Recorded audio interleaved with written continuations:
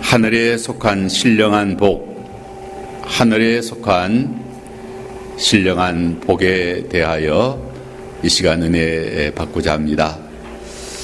3절 말씀을 보면은 찬송하려다 하나님 곧 우리 주 예수 그리스도의 아버지께서 그리스도 안에서 하늘에 속한 모든 신령한 복을 우리에게 주시되, 하나님께서 그리스도 안에서 하늘에 속한 모든 신령한 복을 우리에게 주셨다라고 했습니다. 하늘에 속한 신령한 복은 하나님 아버지께서 그리스도 예수 안에서 우리에게 주시는 구원의 모든 복을 말합니다. 하늘에 속한 신령한 복은 이 세상에서 받는 잠깐의 복이 아닙니다.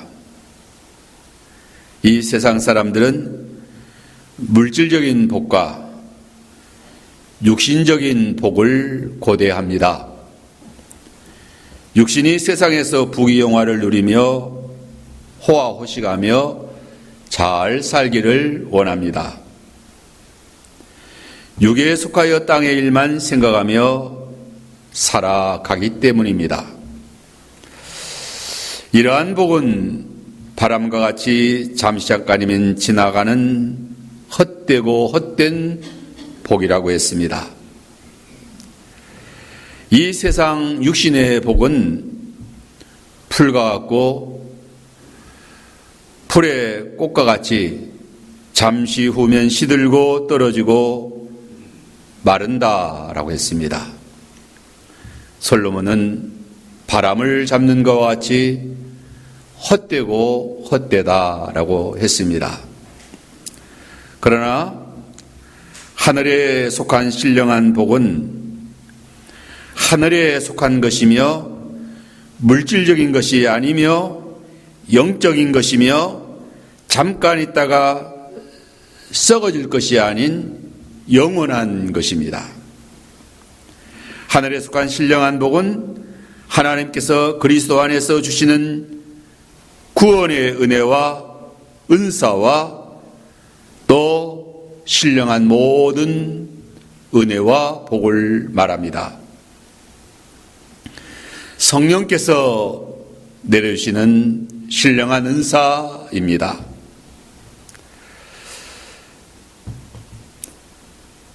또한 하늘에 속한 신령한 복은 장차 천국에서 영원히 받을 기업이며 또 부활의 영광에 이르는 복이며 또한 현재 그리스도인들이 이 세상에서 살아가는 동안 우리 심령에 주시는 평안과 기쁨과 성령의 감동과 은혜로 우리 영혼이 소승하고 거룩하여 주고 하나님을 경외하며 경건된 빛의 삶을 살아가는 그러한 거룩한 복이 하늘에 속한 신령한 복입니다. 사도 바울은 하늘에 속한 신령한 복을 말하려고 할 때에 먼저 찬송하리로다라고 하나님께 송영을 올려드렸습니다. 하나님께서 베푸신 구원의 영화를 생각하며 말하려 할 때 찬송을 드리지 아니할 수 없는 것입니다. 하나님께서 그리스도 안에서 하늘에 속한 신령한 복을 한없이 내려주신 것은 하나님께서 찬송과 영광을 받으시기 위해서입니다.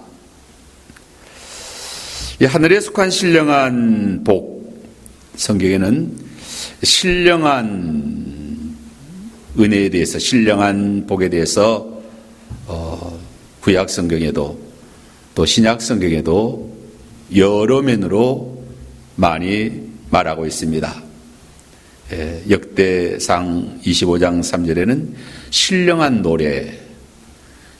노래를 부르는 자가 신령한 복을 받은 자이다. 또 신약 성경에서도 신령한 시와 찬미와 찬송을 부르는 자들이 신령한 복을 받은 자들이라고 했습니다. 또 요한복음 4장에는 신령과 진정으로 예배하는 자, 하나님은 영이시니 신령으로 영으로 예배하는 자가 참으로 신령한 자요 신령한 복을 받은 자입니다. 로마서 1장 9절에는 할례는 마음에 있고 신령에 있다라고 했습니다.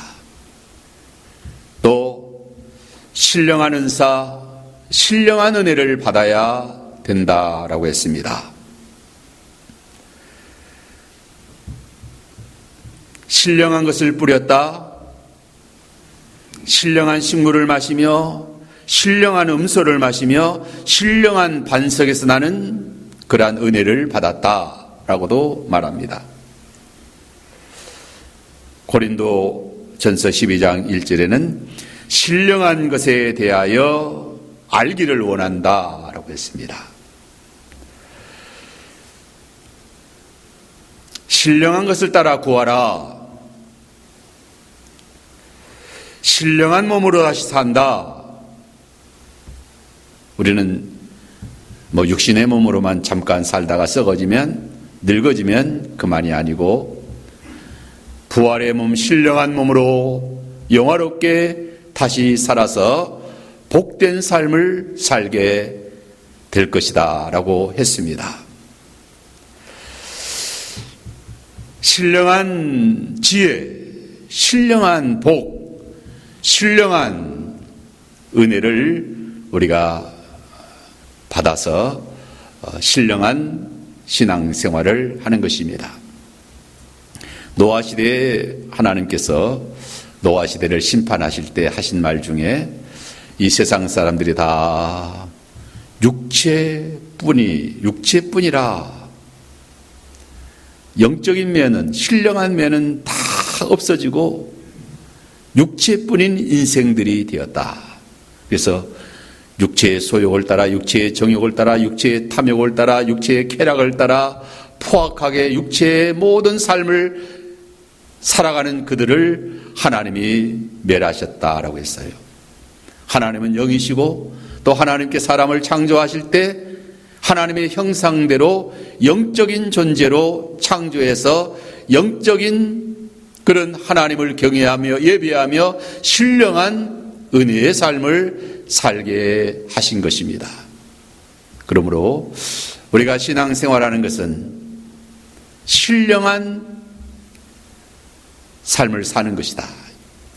신령한 복을 받아서 신령한 은혜를 받아서 신령한 그러한 길을 걸어가는 것입니다. 오늘 본문에서는 신령한 복에 대해서 첫째로 창세전에 그리스도 안에서 우리를 선택하여 주신 복입니다. 4절 5절에 보면 고 창세전에 그리스도 안에서 우리를 택하사 우리로 사랑 안에서 그 앞에 거룩하고 흠이 없게 하시려고 그 기쁘신 뜻대로 우리를 예정하사 예수 그리스도로 말미암아 자기 아들들이 되게 하셨으니 이것이 신령한 복이라고 했습니다. 하나님께서 창세전에 우리 성도를 하나님의 아들로 택하여 주셨다. 선택하여 주셨다. 선택, 예정, 작정이라는 그런 용어들로 하나님께서 창세전에 이미 하나님이 영원한 계획을 세우셨다는 거죠.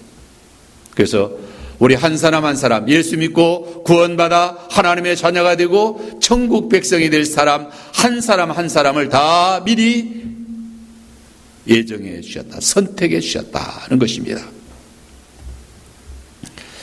창세전이란 하나님의 선택이 영원전에 이루어진 것임을 나타냅니다.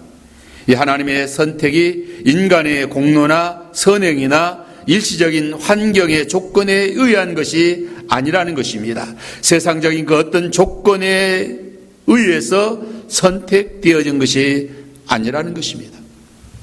오늘날 우리가 이 세상을 살아갈 때 세상에서 선택받으려면은 세상적인 조건을 잘 구비해야만 여러 가지 조건을 잘 구비해도 선택받을까 말까 하는 것입니다.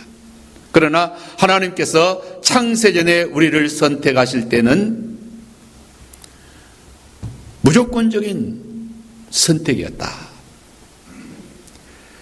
로마서 9장 11절에 보면 그 자식이 아직 나지도 아니하고 무슨 선이나 악을 행하지 아니한 때에 택하심을 따라 되는 하나님의 뜻이 행위로 말미암지 않고 오직 부르시는 이로 말미암아 서게 하려 하신다라고 했습니다. 하나님의 무조건적인 사랑으로 우리를 택하여 주신 것입니다. 사랑이 무한하신 하나님께서 그 사랑을 베푸실 대상으로 우리를 선택하시고 창조하시고 또 부르시고 의롭다 하시고 하나님께서 영화롭게 하신다라고 했습니다. 창세전이라는 것은 우주 만물, 하늘과 땅, 또 아담, 인류의 시조 창세전이에요. 이미 하나님이 그때에 계획하시고 예정하시고 설계하시고 또 한 사람 한 사람 고르고 뽑아서 하나님이 택하여 주신 것입니다. 하나님은 전능하시고 또 지혜가 무한하시기 때문에 인류 역사상 지금 현재 살아가고 있는 사람도 70억이 넘는 인구인데 인류 역사상 얼마나 많은 사람들이 있습니까? 그 사람들 다 하나님이 창조하시고 또 그 중에서 하나님의 백성들로 하나님이 고르고 뽑아서 선택해 주신 것입니다.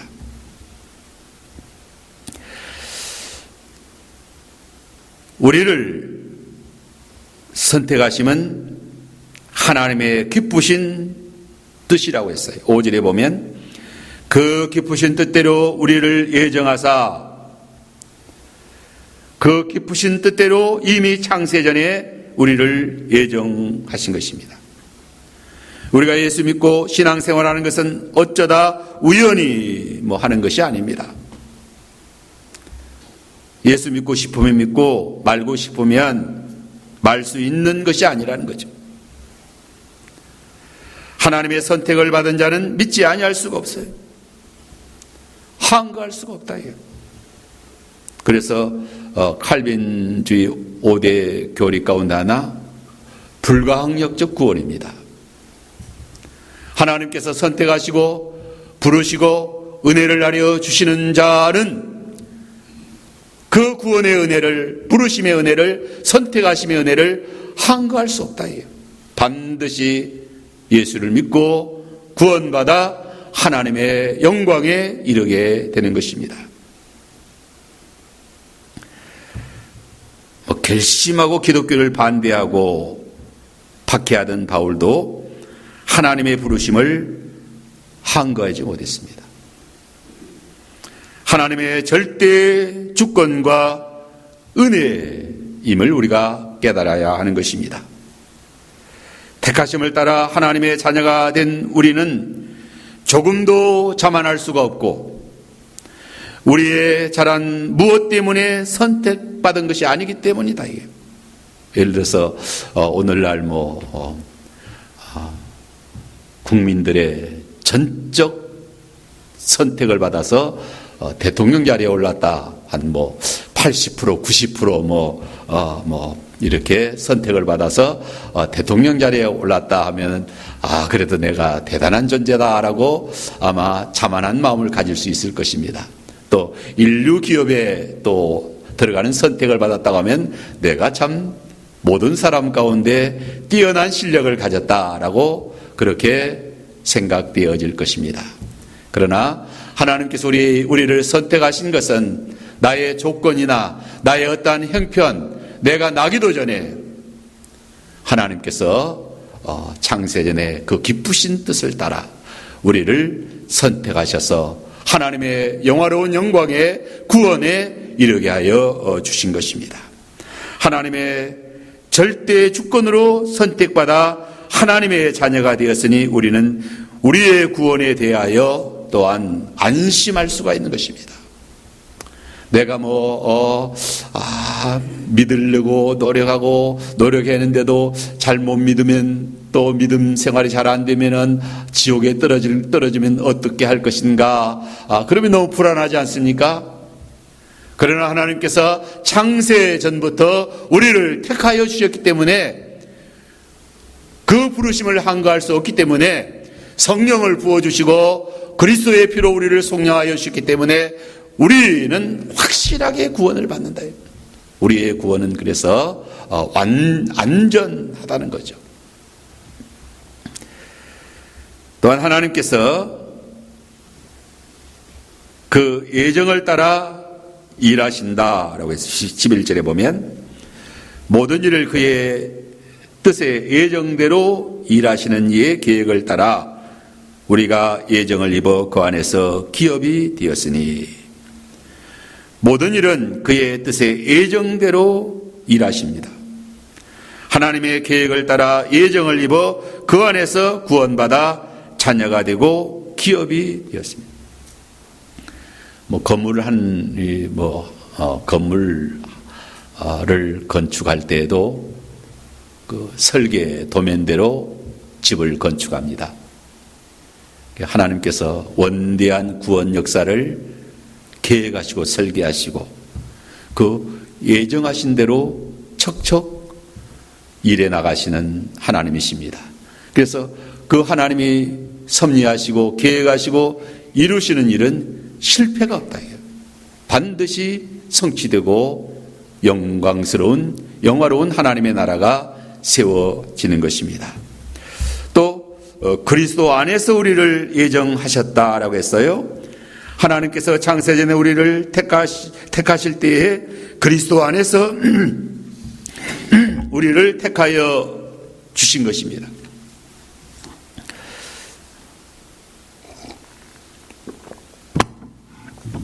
본문에 보면은 그리스도 안에서라는 말이 거듭 기록되어 있습니다. 바울은 우리의 모든 은혜와 구원과 신령한 복이 그리스도 안에서 이루어진다, 그리스도로 말미암아 주어졌다라고 말합니다. 3절에 보면 찬송하려다 하나님 곧 우리 주 예수 그리스도의 아버지께서 그리스도 안에서 하늘에 속한 신령한 복을 우리에게 주시되, 그리스도 안에서, 또 4절에 창세전에 그리스도 안에서 우리를 택하사 우리로 그 사랑 안에서 거룩하고 흠이 없게 하시고라고 했고, 5절에도 그 기쁘신 뜻대로 우리를 예정하사 예수 그리스도로 말미암아 자기의 아들들이 되게 하셨다. 예수 그리스도 안에서 예수 그리스도로 말미암아 아들들이 되게 하시고 흠이 없게 하시고 기업의 영광에 이르게 하신 것입니다. 또 5절에는 그 기쁘신 뜻대로 우리를 예정하사 그리스도로 말미암아 자기의 아들들이 되게 하시고, 6절 이는 그가 사랑하시는 자 안에서 우리에게 거저 주시는 바 그의 은혜의 영광을 찬송하게 하려 함이라. 7절에도 우리는 그리스도 안에서 그의 은혜의 풍성을 따라 그의 피로 말미암아 곧 속량 곧 제사함을 받았느니라. 9절에 그 뜻의 비밀을 우리에게 알리신 것이요 그 기뻐하심을 따라 그리스도 안에서 때가 찬 경륜을 위하여 예정하신 것이니, 10절에는 하늘에 있는 것이나 땅에 있는 것이 다 그리스도 안에서 통일되게 하려 하십니다. 11절에서도 그 안에서, 12절에 이는 그가 그리스도 안에서 전부터 바라던 그의 영광의 찬송이 되게 하려 하십니다. 또 13절에 그 안에서 너희도 진리의 말씀 곧 너희의 구원의 복음을 듣고 그 안에 또한 믿어 약속의 성령으로 인치심을 받았다. 그리스도 안에서, 그리스도로 말미암아, 그 안에서 라는 말이 무려 10여 번이나 이렇게 사용하면서 하늘의 신령한 복은 하나님께서 우리에게 복 주셨는데 그리스도 안에서, 예수 안에서 주셨다. 예수 안에서 너희는 내 안에 거하라. 예수 안에, 예수 믿으면 이 신령한 복을 받는 거예요. 예수 이름 안에서 이 신령한 복이 우리에게 주어지는 것이다. 예수 없으면, 예수 안 믿으면 이 신령한 복 없어요. 예수 안에서 예수를 믿음으로 예수님 모시고 이 신령한 복을 우리에게 허락하여 주시는 것입니다. 이제 두 번째로 그리스도 안에서 구속하여 주신 복이 신령한 복입니다. 하늘의 신령한 복은 그리스도 안에서 예정하여 주신 복이요, 또한 그리스도 안에서 구속하여 주신 복, 그리스도 안에서 주신 하늘의 신령한 복, 7절에는 그리스도의 피로 속량하여 주신 것이다. 7절에 보면 우리는 그리스도 안에서 그의 은혜의 풍성함을 따라 그의 피로 말미암아 속량 곧 제사함을 받았느니라 했습니다. 우리는 그리스도 안에서 그의 피로 속량 곧 제사함을 받았어요. 우리가 제사함 받은 것은 그리스도의 은혜의 풍성함 때문이라고 했습니다. 여기 속량이라는 말은 대가, 곧 값을 지불하고 샀다 하는 뜻, 사내었다 하는 뜻입니다. 건져내었다. 건져내는데 거저는 건져낼 수 없고 값을 지불하고, 톡톡한 값을, 아주 큰 값을 지불하고 건져낸 것입니다. 우리 인생은 죄와 사망에 매여 영원히 종노릇하는 자들이에요. 죄와 사망에 매여 종노릇하는 자리에서 해방되려고 우리 인생이 스스로 발버둥치지만 속수무책입니다. 그 어떤 인생도 스스로 죄와 사망의 쇠사슬에서 벗어날 수가 없습니다. 인류의 역사에서 인간 스스로 어떻게 하면 구원의 영광에 이를 수 있겠는가, 철학자들이, 종교가들이 노력을 하고 연구를 하고 도를 닦고 했지만 다 속수무책, 다 불가능했어요. 할 수가 없었어요. 그러나 은혜가 풍성하신 우리 주 예수 그리스도가 우리를 십자가의 보혈로 우리를 속량하여 주셨다. 그리스도의 은혜가 풍성함은 그의 보배로운 피의 값을 지불하고 우리를 속량하여 주신 것입니다.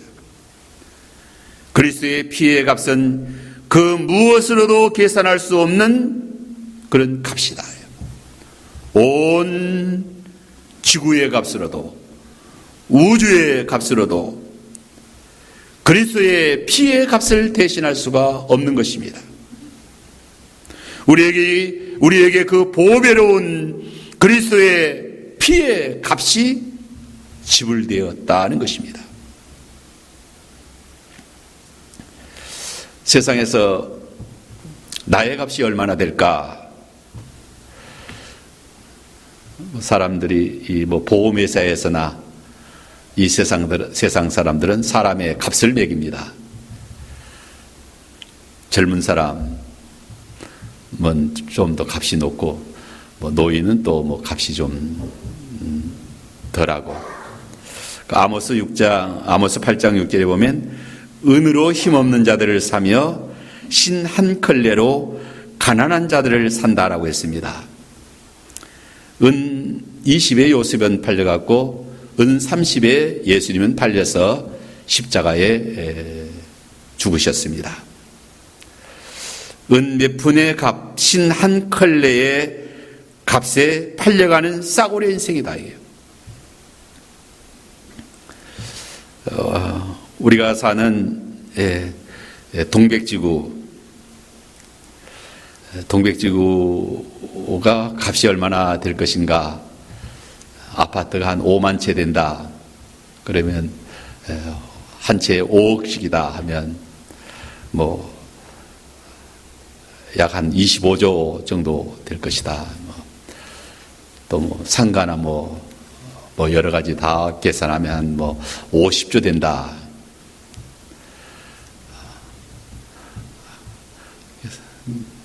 한 사람의 값이 한 50조 된다 하면 대단한 값이 되겠죠.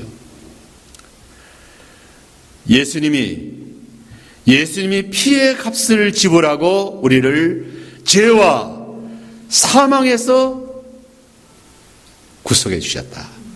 속량하여 주셨다 하는 것입니다. 가난한 자의 값은 신 한 칼레의 값도 안 된다 이거죠. 우리 인생은 참으로 가치 없는 존재들이에요. 무참히 짓밟힘을 당하는 존재들이에요. 죄와 사망에 매여 늙고 병들어 죽어가는 인생들은 값이 없어요.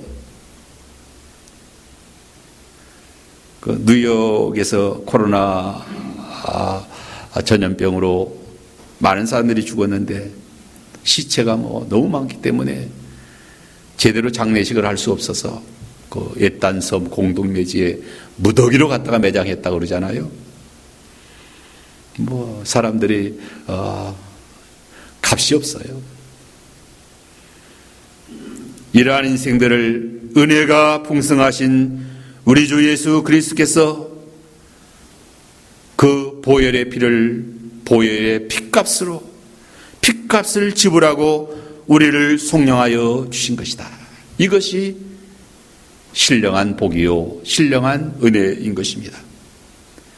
제사함을 받아 하나님 앞에 거룩하고 흠이 없게 하시려고 하나님의 영광의 자녀로 우리를 삼아 주신 것이다. 얼마나 감사한지 알 수 없습니다. 또한 8절에는 그리스도께서 지혜와 총명을 우리에게 넘치게 하사 그 뜻의 비밀을 우리에게 알게 하여 주셨다. 이는 그가 모든 지혜와 총명을 우리에게 넘치게 하사 그 뜻의 비밀을 우리에게 알리신 것이요. 예수 그리스도께서 이 세상에 오셔서 그 뜻의 비밀을 우리에게 알려주셨는데 그 뜻의 비밀은 하늘에 속한 신령한 복입니다. 하나님의 예정과 그리스도의 구속의 은혜에 하나님의 선택과 부르심과 의롭다 하심과 영화롭게 하심과 또 하늘의 기업과 우리의 영화로운 영광의 부활에 이르는 모든 것을 알게 하여 주셨다. 알려주지 않으면 우리 인생 스스로 알 수가 없어요. 그리스도께서 성령으로 모든 지혜와 총명을 우리에게 넘치게 부어주셔서 하늘에 속한 신령한 은혜와 복을 깨닫게 하여 주신 것입니다. 성경의 진리를 통해서 이 진리를 알게 하여 주신 것 얼마나 감사해요. 안다는 것 중요한 거예요. 깨닫는다는 게 중요합니다. 알지 못하면 육신의 모습만 바라보고 또 세상의 환경만 바라보고 소망이 없다. 그래서 절망 가운데서 하루하루 사는 것이 너무 불행하다. 그러나 우리가 이 깨달을 때 나라는 존재가 어떠한 존재인가? 하나님이 창세전에 예정해 주셨고 그리스도께서 보혈의 피를 흘려서 속량하여 주셨고 영혼을 거듭나게 하셨고 또 모든 비밀을 모든 진리를 지혜와 총명을 주셔서 알게 하여 주셨다. 하늘이 열리고 소망이 넘치고 얼마나 감사해요.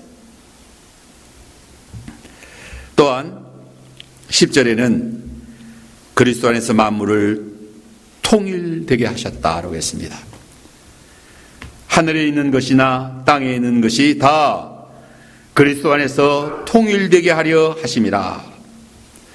그리스도 안에서 통일된다는 것은 죄로 말미암아 만물이 혼란스럽고 무질서하게 되었지만 이제 그리스도 안에서 만물이 다 은혜롭게 질서 있게 하나 되고 통일된 것이다. 그리스도의 발 아래 복종하게 된 것입니다. 만물이 사람의 타락할 때에 함께 타락했습니다. 피조물이 죄인들과 함께 탄식하며 고통을 겪고 있는 것입니다. 오늘날 세상 살기가 왜 이렇게 어렵고 힘든가? 코로나 바이러스가 또 계속해서 여러 가지 이 세상이 이렇게 힘든 세상인가?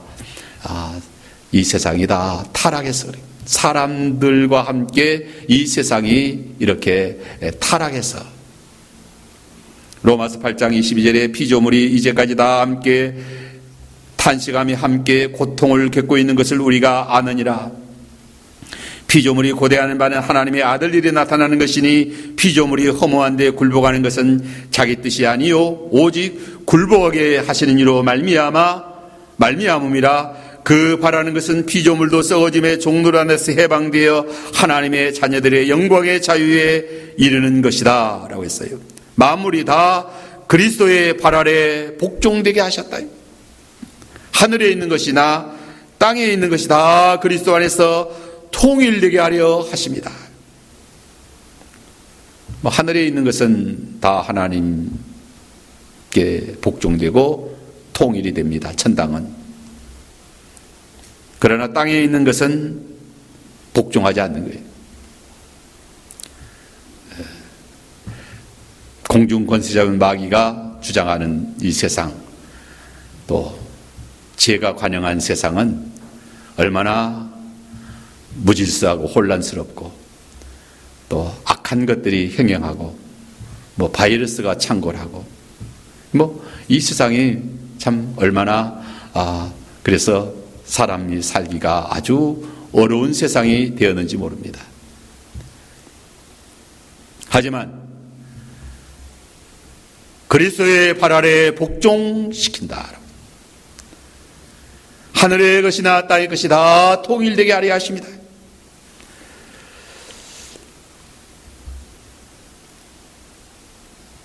그리스도께서 오셔서 만물의 영장인 사람을 속량하시고 모든 만물을 다 속량하셔요.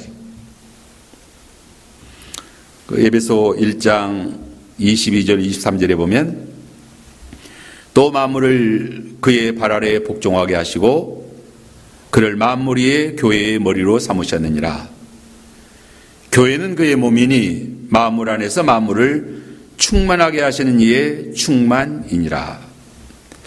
예수 그리스도는 만물 위에 교회의 머리시다. 교회는 그리스도의 몸입니다. 우리 성도가 그리스도의 몸이에요. 교회 곧 교인들의 발 아래 만물을 복종하게 하셨다라고 했습니다. 예수 그리스도 안에서 구원받은 성도는 그리스도의 몸으로서 만물을 발 아래 밟고 복종시키며 살아가는 것입니다. 예수 그리스도에게 모든 만물이 다 복종한다는 거예요. 복종하지 않는 것이 없습니다. 또한 그리스도 안에 있는 성도에게 만물이 복종한다는 거예요. 우리가 이 만물을 집에 만물을 복종시키느냐, 만물에 복종당하느냐, 만물을 복종시키느냐, 만물의 지배를 당하느냐, 만물을 지배하며 사느냐, 시간과 환경을 복종시키느냐, 시간과 환경에 복종을 당하느냐, 돈의 노예로 수전노로 살아가느냐, 돈이 나에게 복종당하며 나의 종이 되고 나의 심부름을 하는 그런 것이냐. 우리가 돈을 다스리며 살아야 됩니다. 돈이 나의 심부름꾼이 되어야 되는 거예요. 그리스도 안에서 은혜로 살아가는 성도는 만물을 발 아래 밟고 살아가는 것이다. 만물에 치이지 않는 삶을 사는 거예요. 이것이 신령한 복입니다. 아무리 돈이 많고 권세가 높은 사람도 그리스도 안에서 신령한 복을 누리지 못하는 사람은 돈에 눌려서 살아가고 권력의 종로로 타는 거예요. 권력을 임의로 주장할 수 있어야 되는데, 큰 권력이 주어지면, 큰 부가 주어지면 인간이 그것을 감당을 못합니다. 그렇기 때문에 왕들이 실패하는 거예요. 부자들이 망하는 겁니다. 그래서 왕이 망하지 않는 왕이 쉽지가 않고, 부자가 망하지 않는 부자가 쉽지 않다. 이게. 왜냐하면 그에게 눌려 사니까. 그 거대한 권력이나 부가 주어지면 그것을 다스리고 복종시킨다는 것은 무척 어려운 겁니다. 그래서 사람들이 실패하는 거예요. 그러나 신령한 복을 받은 자, 그리스도 안에서 은혜로 살아가는 자는 그 모든 것을, 자기에게 주어진 모든 만물을, 모든 시간을, 모든 환경을, 모든 물질을 다 발로 밟고 복종시키며 다스리며 살아가는 거예요. 새벽을 깨우리로다. 새벽을 깨우리로다. 하늘에 속한 신령한 복으로 살아가는 사람은 만물을 발 아래 복종시킵니다. 모든 것에서 다 자유로운 삶을 살아가는 거예요. 그 무엇도 나를 힘들게 하지 못한다 이게요. 세상에 아무것도 아닌 것이 나를 힘들게 하면은 너무, 나라는 존재가 하나님께서 만물의 영장으로 우리 사람을 창조하셨는데, 이 작은 아무것도 아닌 이런 피조물에게 치여 산다. 이게 치여 산다. 두려워서 벌벌 떨고서 바이러스가 들었고 무슨 사자가 들었고 호랑이가 들었고 또 바람이 들었고 또 비가 무섭고 또 무슨 겨울이 춥고 그래서 이 세상 이것저것 힘든 세상이다. 이렇게 사람이 그렇게 돼가지고 사람이 제대로 사는 게 만물을 발 아래 밟고 사는 것이다. 그래서 그리스도가 머리시고 우리는 그리스도의 몸이고, 그리스도에게 다 복종되고, 바람도 복종되고 물결도 잔잔해지고 그리스도 안에서 다 복종되잖아요. 다 발 아래 밟고 살고 나를 위하여 존재하는 것이다. 이게. 그래서 이 세상에 우리를 해할 자는 해할 만물이 없는 거예요. 만물이 우리 성도를 해할 수 없는 것이다. 이게. 그리스도 안에 다 복종되는데 어떻게 이 세상의 것들이 우리 성도를 해할 수가 있느냐 이게. 그래서 만물을 발 아래 복종시키며 살아요. 그래서 신명기에도 보면 내 손이 된 모든 일에 하나님이 복을 주실 것이다. 성도가 손으로 하는 일에는 다 하나님이 복을 주신다. 내가 밟는 땅에 하나님이 복을 주실 것이다. 만물이 다 우리를 위하여 있기 때문에. 그래서 만물을 복종시키며 살아가는 것이 오늘날 은혜 생활입니다. 신령한 복을 가지고 복을 받아서 사는 그러한 은혜로운 삶이. 그래서 초막이나 궁궐이나 매주 예수 모신 곳이 그 어디나 하늘나라예요. 그러면 만물을 복종시키며 살아가는 사람이에요. 가시방석이면 가끔 그런 이야기 하잖아요. 항림동산에 부자로 사는 사람, 집을 옛날에는 여기다 시골 동네였기 때문에 향림농산 하면 다 집이 좋습니다. 방이 여러 개예요. 침대가 있고. 근데 불편하다. 가시방석이다. 잠이 못 자. 잠이 안 온다. 이 방에 가도 잠이 안 오고 몸이 아프고 저 방에 가도 또 힘들고. 이 세상이 그렇게 힘들다. 우리 몸도 영에 의해서 몸의 구속을 이루어서 몸이 영에 의해서 몸이 지배를 받아야 됩니다. 또 물질도 다 다스림을 받아야 된다. 만물을 지배하며 사는, 통일시키며 발 아래 복종시키며 살아가는 그러한 우리의 신앙생활 해야 된다. 기도합시다. 하나님, 감사합니다.